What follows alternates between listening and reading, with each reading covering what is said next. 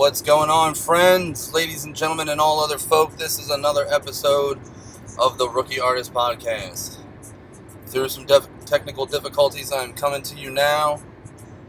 When you are a rookie, you make mistakes, and one of those mistakes is deleting this entire first episode. So we're going to take it again. Now, some things have been on my mind lately that I want to tell you about. Painting is going phenomenally. My head is focused. My brush strokes are coming exactly the way that I wanted them to be. That's an incredible feeling, I have to tell you that. When your pen stroke is where you need it to be and the words flow, or your fingers are playing the right notes, you're adding just the right amount of salt because you can feel the recipe in your hands. You know intrinsically what you're doing, even if you think you don't. You know what you're doing through practice and hard work. And that's exactly what I've been doing lately. Practice and hard work. And there have been some troubling times lately, especially with the family, which we all have. We all have troubling times, especially when it involves people we love. People we love can hurt us the most because we allow them into our hearts as much as we do. And we think of them so fondly, and we want to care for them and love them as much as we can. So that when things arise, they seem bigger than what they are, or more dangerous, more scary. And just like the storms, man, they pass. Like, things get handled, things get worked out. You can't get caught up, because once you get caught up, then you're not productive in any way.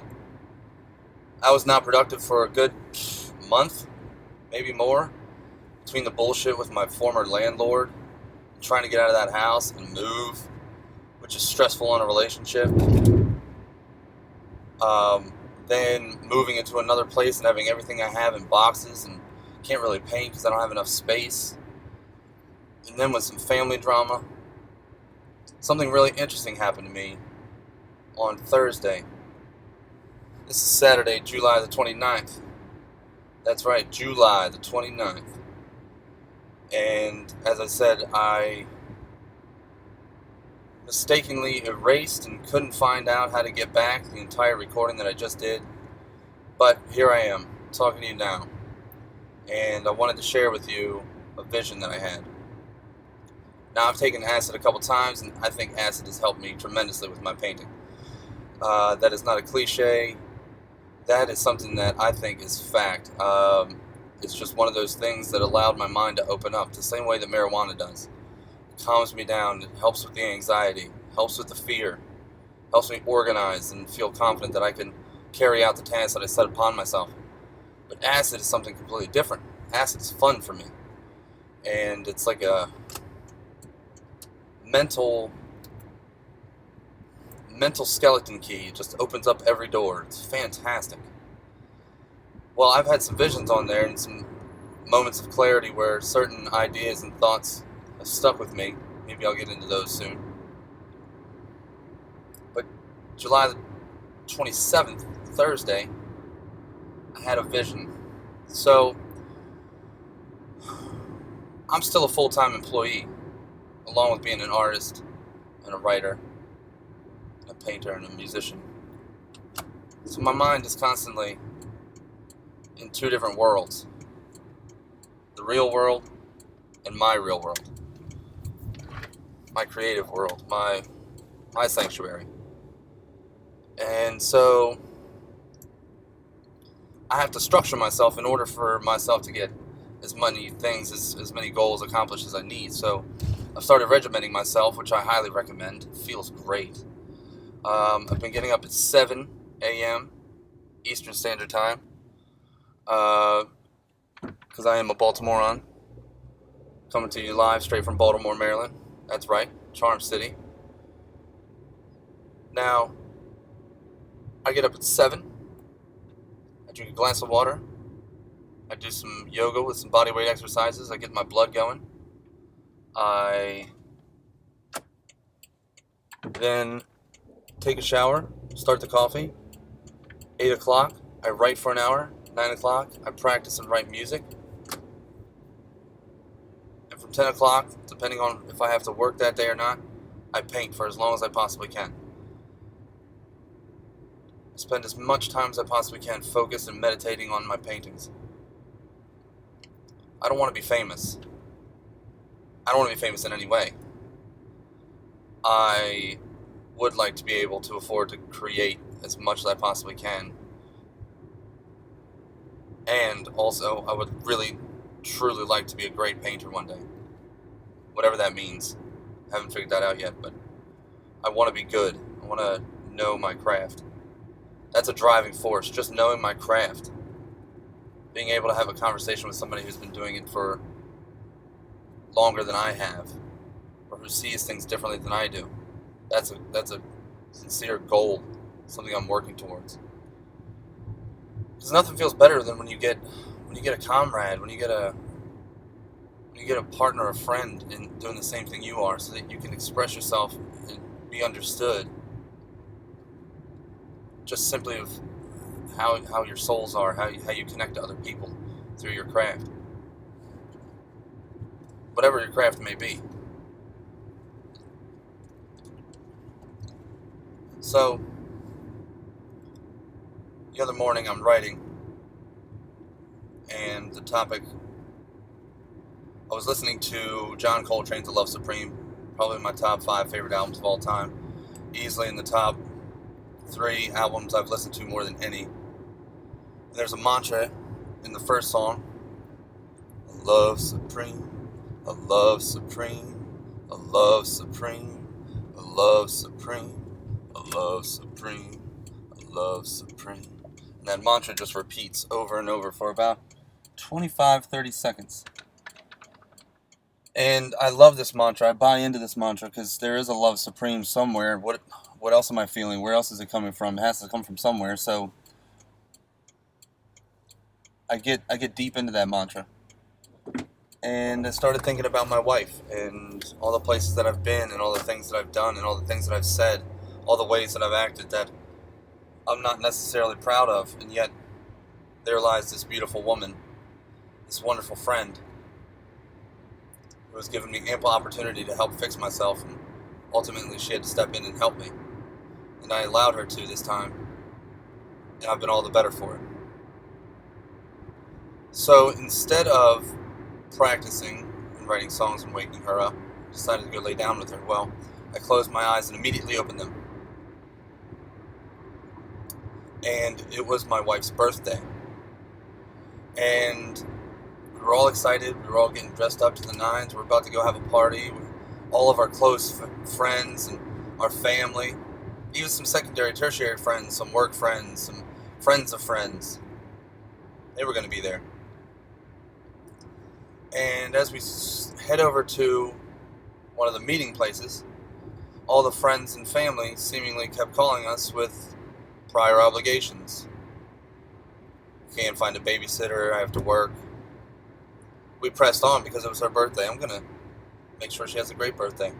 So we go to the meeting point of one of the secondary friends, and we take a couple drinks to celebrate, and the next thing I know, I wake up again, and it's 10:40. I look at my watch, and it's morning, the day after her birthday. Baby, get up. We missed your entire birthday. What happened? And the secondary friend's house that we had passed out in was rushing us out of the house. Go, time to go. I have to go to work. Everybody has to go. Nobody can stay here. Well, we get up, and I say to her, I look at her face, and I say, hey, so I have no idea what happened. I'm so sorry. She's like, no, we had fun. I said, well, let's make today your birthday too, so we can do anything you want to do. And uncharacteristically, she got behind the wheel because she doesn't really like to drive. I do most of the driving. And her speech started to slur. She started to lose motor functions. The car started to speed up and slow down because she couldn't control her gas pedal foot. So I begged her to pull over. She did. And I look at her face for a minute, and we start talking, and everything seemed to be okay. Well, I started driving, and I didn't think about it. We got out of the car, and her right leg stopped working, like it just stiffened up. And then her left leg did the same. Then she fell on the ground, and right as she was about to die in my arms, I knew that she was about to. I woke up. This time, actually, I woke up.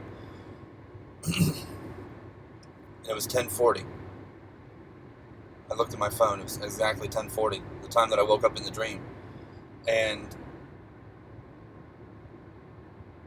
I looked at my wife. She was awake, or she was still asleep, but obviously still alive because it was just a dream. But it felt so real. Everybody in the dream was people we know. Secondary friends. I heard their voices. This was such a lucid, real feeling dream. So I got up, I got her some coffee, and I woke her up, and I immediately started painting, because painting is my sanctuary. Painting has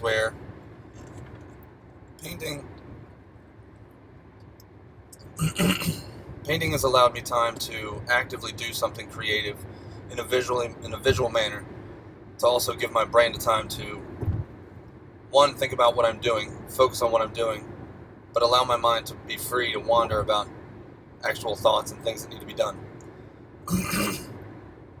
It's been described to me as like a form of walking meditation.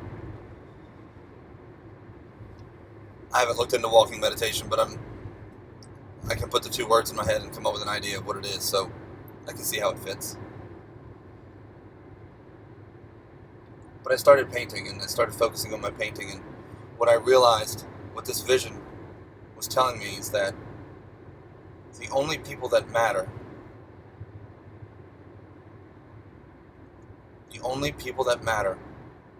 is your partner,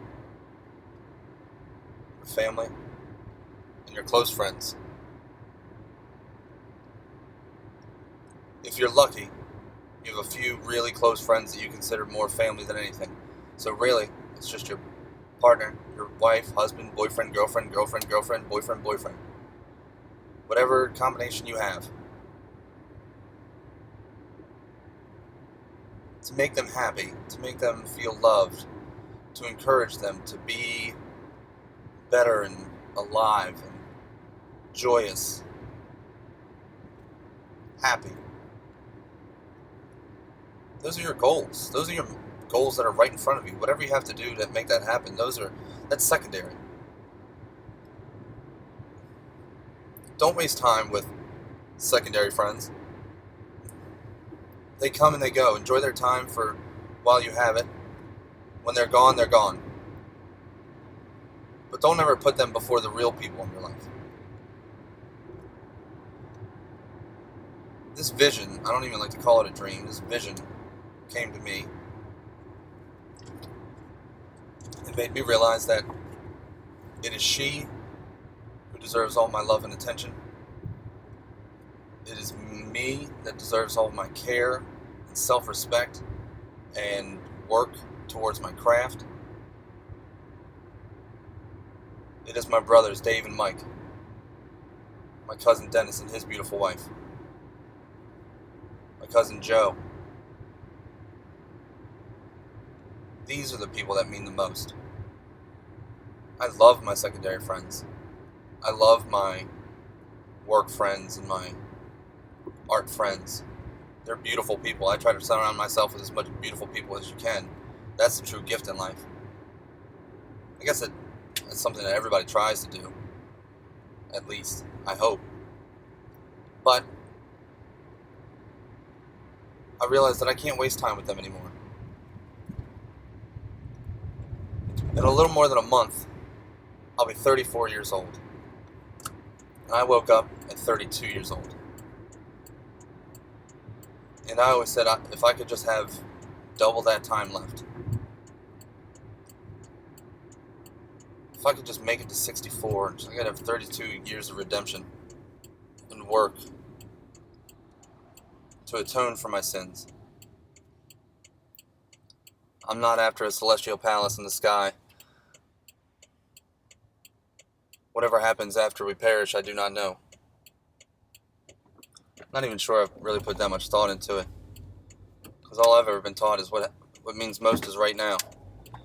And that dream, that vision, truly solidified that for me. That's an idea that I've been carrying around, but I don't know, it shocked me into action. And it took some time to really think about that. It was horrifying to think that my best friend and partner could just vanish, erode, leave my presence in a heartbeat. And it can happen. Nothing's guaranteed. This moment right now is not guaranteed. But what I've realized I have to do is take full advantage of every moment that I have. Sleep well. Eat well. Be conscious and clear. Be loving and forgiving. Not to let bullshit stop you from what you're supposed to be doing.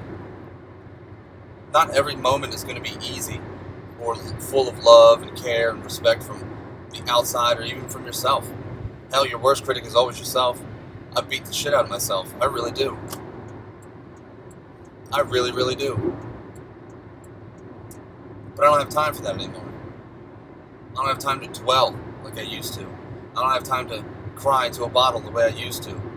I don't have time not to exercise and take care of myself. Because I have somebody else now. I realize now what my friends and my family and my partner really mean. What my wife really means. I understand what these things really mean.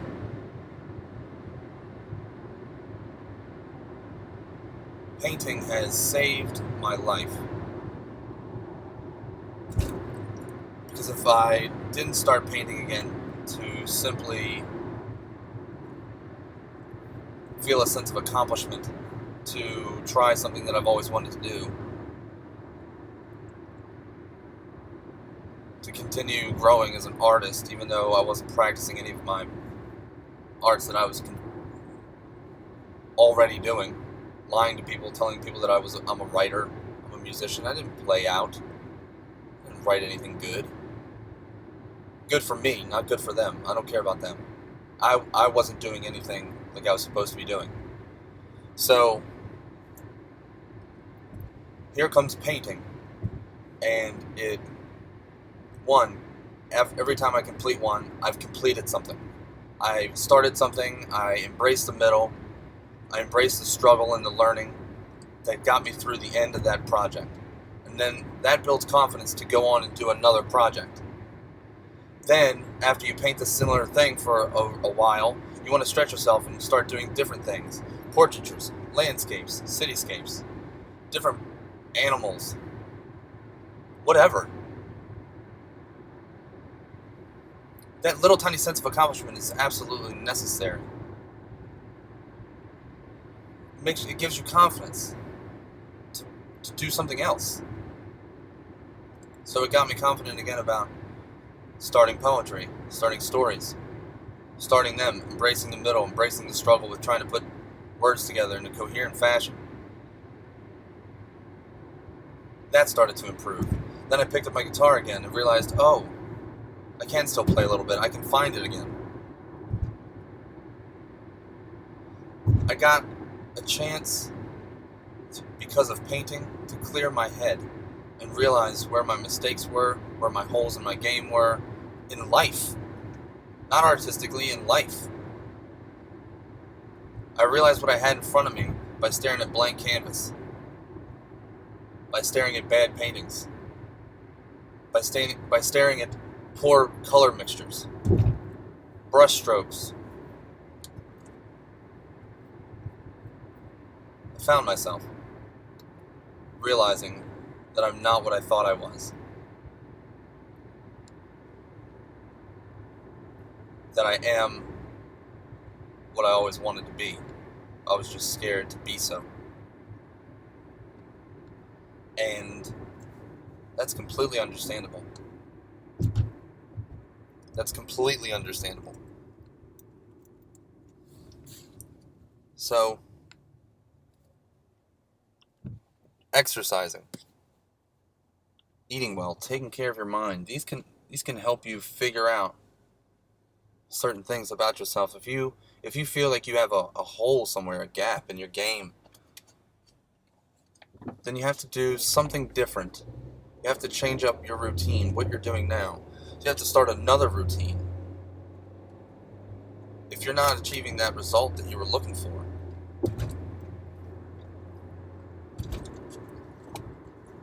you have to stretch yourself. I still feel like I have no idea how to paint, although sometimes I paint something really pretty, and other people seem to enjoy them. But please don't ever forget, what you do for yourself first. That's how you know it's good. You do for yourself first. You exercise and eat well and sleep well. Take care of yourself. You love your partner, your best friends, your family, because that helps you. They do the same thing for you because it helps them. It's terrifying when you see somebody who expresses so much love for other people and hates themselves. I did that for many, many years. But now that I think back, I don't think I really showed them that much love at all. It was half. At best. It was incomplete. At best. It wasn't real. That breaks my heart. Tremendously. That breaks my heart tremendously. But at least I realize that now that I can focus and figure out how exactly to go about fixing that. You can't go back. You can never go back. And this is really hard even for me to not beat yourself up over the mistakes that you've made. It's really hard for me. I am not perfect. I certainly do it daily. I wouldn't say daily. Feels like daily. But I beat myself up sometimes, and I shouldn't, because as long as I learn from my mistakes and don't repeat the same things over and over and over and over like I previously did, I'll never have those feelings again. Those feelings of hatred, those feelings of loneliness, those feelings of deep despair. What happened, happened. But what's happening now is that I'm growing as an artist and growing as a person. It's really weird still how both of those things have happened at the same time. I guess it's because I devoted myself to both of those things at the same time. And I did so by devoting myself to being alive. Trying.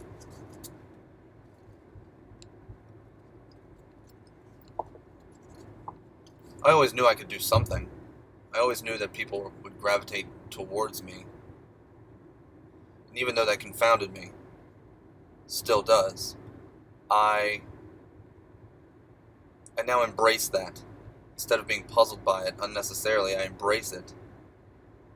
And I try to do right by these people who show me love, who show me support. I embrace them.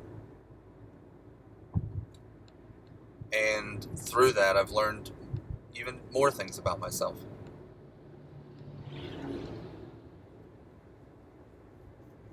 If you're always open to what your mind's going to tell you, you're going to find out things that you didn't think you were ever going to. You have all the answers to the questions you already asked. But sometimes you need to be shocked. And that vision sure as hell shocked me. Right back into reality.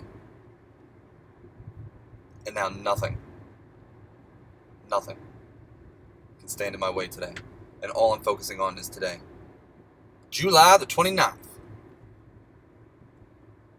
How can I be a better person today? How can I be more forgiving and more loving and more caring person today?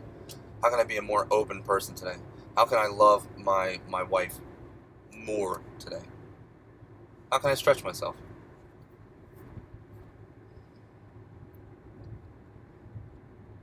I'm working on it. You should be too. But this regimen has got me feeling good and feeling energized in the morning, and that's exactly the kind of things I need. I love to feel energized in the morning. I love to feel awake now that I don't have a hangover every day. I got a chance to I have another podcast with my good friend Far One, Ferone Williams from Prince George's County, good friend of mine. We actually got the chance to do the DBA podcast this week. That'll be up shortly. I did not erase that one, thankfully.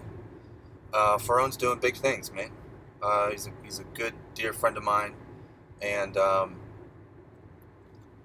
when he offers a different perspective, he's a rapper, a writer, comedian, actor, multi-talented, beautiful soul. Love him. We had a beautiful conversation, and it's been really nice to meet him and talk to him and do the podcast with him. And sometimes as you know, I'm going to do these with other people, and sometimes I'm just going to do them by myself. I wanted to tell you, people, the vision I had and how that affected me and what I thought about it. I also got my hopes up in a different way, and this might bother some people, but I am my own person and I make up my own mind, as you should be. But I make up my own mind, and I really don't care about what anybody else says, especially when what I feel, I actually take the time to think about the things that I do and say and how I act.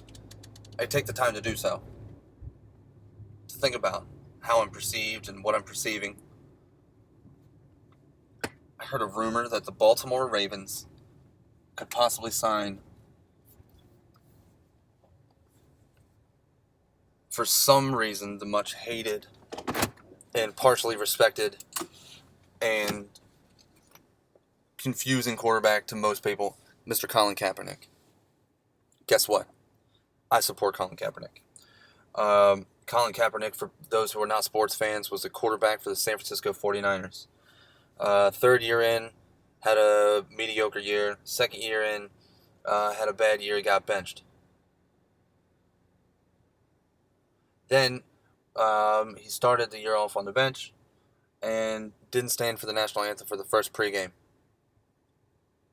Now, I say, because his protest was, he was protesting racial injustice and discrimination to all people of color, and that was in the summer when Freddie Gray got murdered and other African Americans from all over the country were being videotaped and recorded, murdered by the police,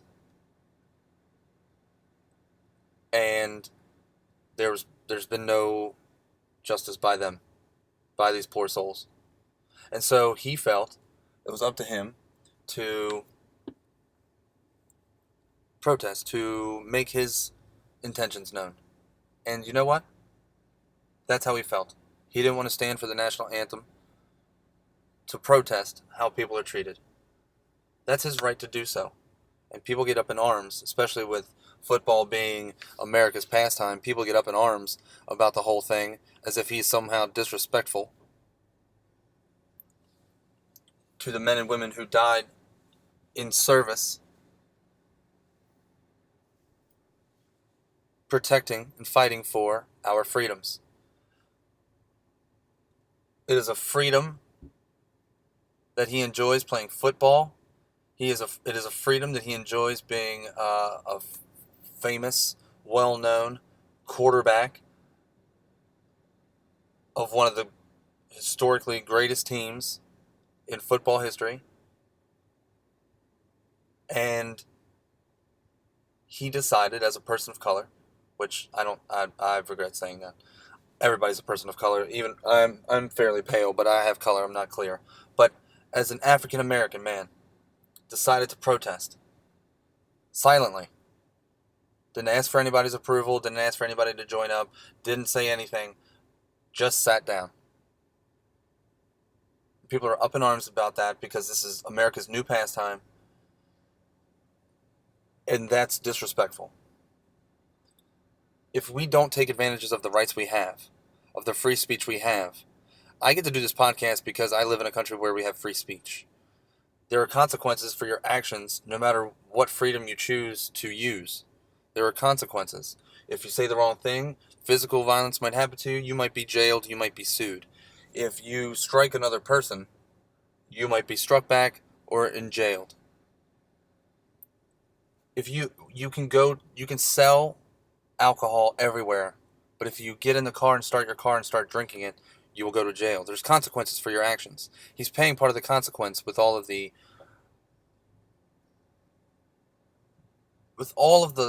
lashing out and feedback that he's received and hatred towards him because he decided to speak for himself, to make up his own mind. That's encouraging, especially in a football culture, where you have to be part of a team, one mentality, in order to be successful. That takes courage to stand alone. And other people joined him, and that's nice. But it takes courage to stand alone, and I admire him for doing so. So I support Mr. Kaepernick. I really do. There are always going to be consequences for your actions and your support of other people's actions. But it's a waste. I have a military family. I have had military family for as far back as I can remember, who fought real wars and real battles to protect our lives and our well-being and our freedoms. So not to take full advantage of those, to me, is disrespectful. I appreciate the fact that you don't agree with what he's done, or what he does, or what he says. And that's your right as a citizen of this beautiful country of ours to express that. But the hatred that he got and still receives is unbelievable. Unbelievable. And nobody wants to pick him up or sign him, not because he's not talented. He played in the Super Bowl and went to the championship for his conference the next year. He's not a bad quarterback. He's fully capable of playing, and he's intelligent. And people are punishing him for that.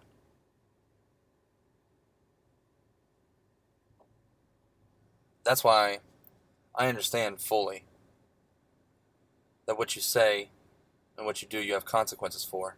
And I choose my words and actions quite carefully. But I completely support him because he is doing exactly what his rights afford him to do. And he is not breaking any laws. So, if you come to Baltimore, I'll buy your jersey, bub. I'll buy your jersey. I might even go to a game. I'm not the biggest football fan in the world. But I will definitely buy your jersey. I'll support you. I mean, I saw pictures, I read an article that right after he started protesting, that people were selling shirts at one of the away games that he was playing at with his picture with a target on his chest. That's exactly what he's protesting against. Discrimination against people who look like him. He just happened to say something about it, and now people want to, quote-unquote, kill him or have a target on his back to hurt him. That's why I support him most. That's exactly why I support him most. Because it's completely and utterly disrespectful of your rights if you don't use them. It's also disrespectful to defame, denounce, criticize anybody who takes full advantages of theirs just because you don't agree with them. I mean, come on, dude. Get your shit together, people. It's not that serious. It's football, for Christ's sakes. Let him protest.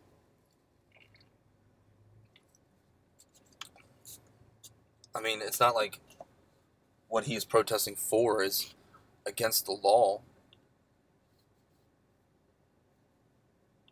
I don't, whatever. Stay strong. When you have beliefs, you should stick with them.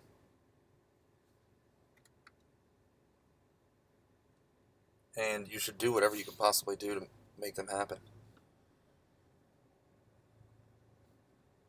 Make them a part of who you are. So, I got some good news. This is what happens when you continuously work. When you put the effort in, when you talk to people, when you open yourself up as an artist and start sharing your art with other people, certain things happen to you that you don't expect. Like, for example, last year, about this time, as a matter of fact, on the anniversary tomorrow, I got invited last year for my first art show for an organization called RookiARTisT.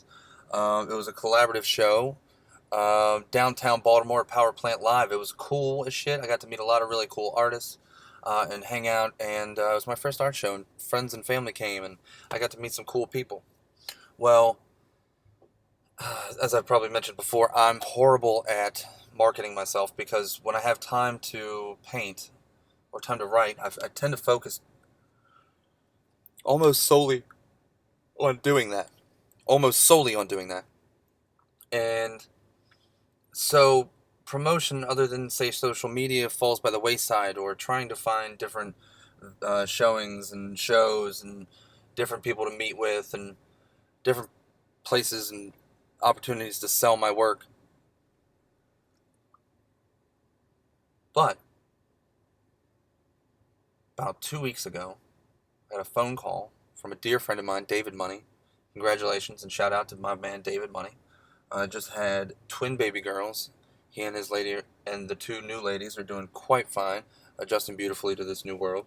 Thankfully, they are healthy babies, and he has a new light about him, like I've seen before with my brother Dave. So either it's people named Dave who somehow have babies and change, or it changes everybody. I'm gonna go with the anybody. But he calls me and he says, "Hey, would you like to be a part of this art show? It's on a rooftop pool at the Radisson Hotel, downtown Baltimore, August 13th, 5 to 9. I said, hell yeah, I do. So, because of networking and being friends with David Money and supporting his art because he supports mine, and not because, also I support his. He's a talented MC, promoter, a clothing designer. That's how we met. He made my first t-shirts, and we've been friends ever since. And he threw me this opportunity, and I'm really excited. So, in less than a year, I've had 2 art shows. So next year, in less than a year, I would like to have 4 art shows, and I would like to double those every single year. That's my goal. So I've had a couple things come to clarity. Come to clarity? Is that even a way to talk? I've had a couple things clarified to me, become clear in the past couple weeks. What really matters in life? What you are supposed to be doing, meaning me. I'm not going to tell you what to do. I'm only here to tell you what's helped me progress as an artist and as a human being. Also, I've realized that it's good to be free.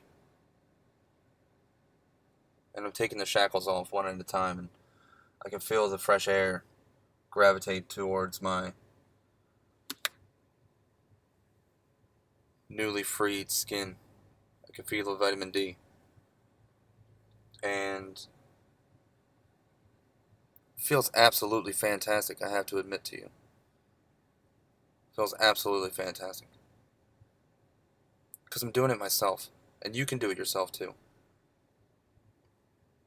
Stretch yourself and be aware of what's going on around you. When you stretch yourself, you find out what you can handle and what you can't handle. And by the way, you can handle everything. You are bound by nothing except yourself. So it's a lot easier, and it'll be a lot easier if you just get out of your own way. It's very hard sometimes because that's where we find the most comfort, the most joy, because it's familiar. But it's not real joy. It's not real comfort. We just know it. We know that place.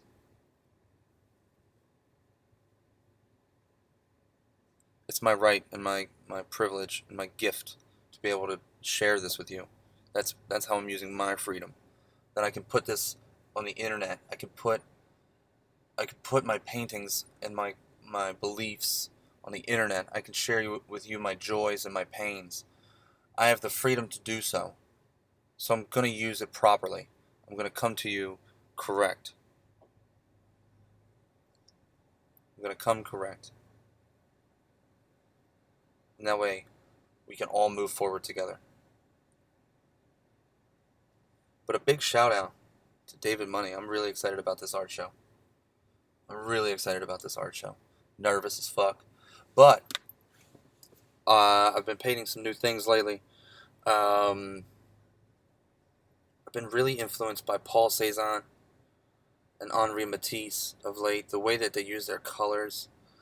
Matisse, famously known for the dancers and a lot of his cutouts. His color work is incredible. He did a few nudes. He went through a nude period, and he draws women the way that I like them. Thick legs, thick belly, thick chest, just plump women. That's very inspiring. His work in total, not just the plump women. Paul Cézanne, his color work, his brushstroke, his color choices, his subject matter, everything about him is incredible. And I keep the brightness in my paintings the same way that Van Gogh tried to make his paintings bright. Art has overtaken my life. Painting, I mean, it's made me feel like a new man, like a new person, an awake person, a joyous person, an ambitious person. Painting led to me structuring myself so that therefore I can have more time to paint and actually focus. Painting led to me thinking about doing a podcast to share my joys and my struggles and my early learnings with you. Use cheap brushes for a while. Because I buy cheap brushes and they last forever. Buy a couple good ones for like finely detailed stuff, but use cheap brushes. Also, play with different paints. Don't buy expensive paints or middle-of-the-road paints just yet. And don't only buy cheap paints. Mix up house paint, aluminum, enamel, lead, with cheap acrylic paint, water-based paint, chalk paint, oil paint, spray paint. Mix them up. Because you're going to start to find yourself thinking that you have a style when you don't really have a style just yet. Just focus on not having a style and having fun and enjoying yourself. That's what this is about. Having fun and enjoying yourself. Being free. That's what this whole thing is about. So, I want to thank you to whoever made the canvas, the brush. I want to say thank you to Da Vinci. I want to say thank you to Picasso. I want to say thank you to Rembrandt. I want to say thank you to my wife for being there and wanting me to be alive, making me enjoy myself. I want to say thank you to my mother and my father for instilling a great deal of love and care. I want to say thank you to the Ironbridge Wine Company for accepting me and helping me grow as an adult and as a professional, and gaining new friends that I have there. Thank you to my brothers. Thank you to my cousins Dennis and Joe. And thank you for this day. But most importantly, thank you all for listening. Because I know this might sound drab. I know I hit you maybe with a little too much encouragement. But here's the thing. That's how I feel right now. And that's what that vision did for me. That's what that dream woke me up and shocked me into. I'm alive. And all I want is for you to be alive too. We have the chance to do whatever we want. So, here's what I'd like you to do. Go for it. Be yourself. Feel the joy. Feel the vibe today. This is the Rookie. Coming at you. Saturday, July 19th. Again, sorry for the lateness, but I am half a retard when it comes to this, and I did delete this entire thing, so I have no idea really how to get it back. But if I ever find it, I'll put it up so you can laugh at me. But mad love, mad respect. Keep painting, keep running, keep baking, keep following your dreams and your goals, and set more for yourself every day. Never stop. Never, ever stop. You don't have a moment to waste. Get out. Get some. Believe you can. It's all up to you. You can catch me at the RookiARTisT on Instagram. Email me at RookiARtist.com. RookiARtist@gmail.com. If you're in Baltimore or the DC metro area and want to come out, Radisson Hotel, August 13th, 5 to 9. Come meet the Rookie. I love y'all. Send me some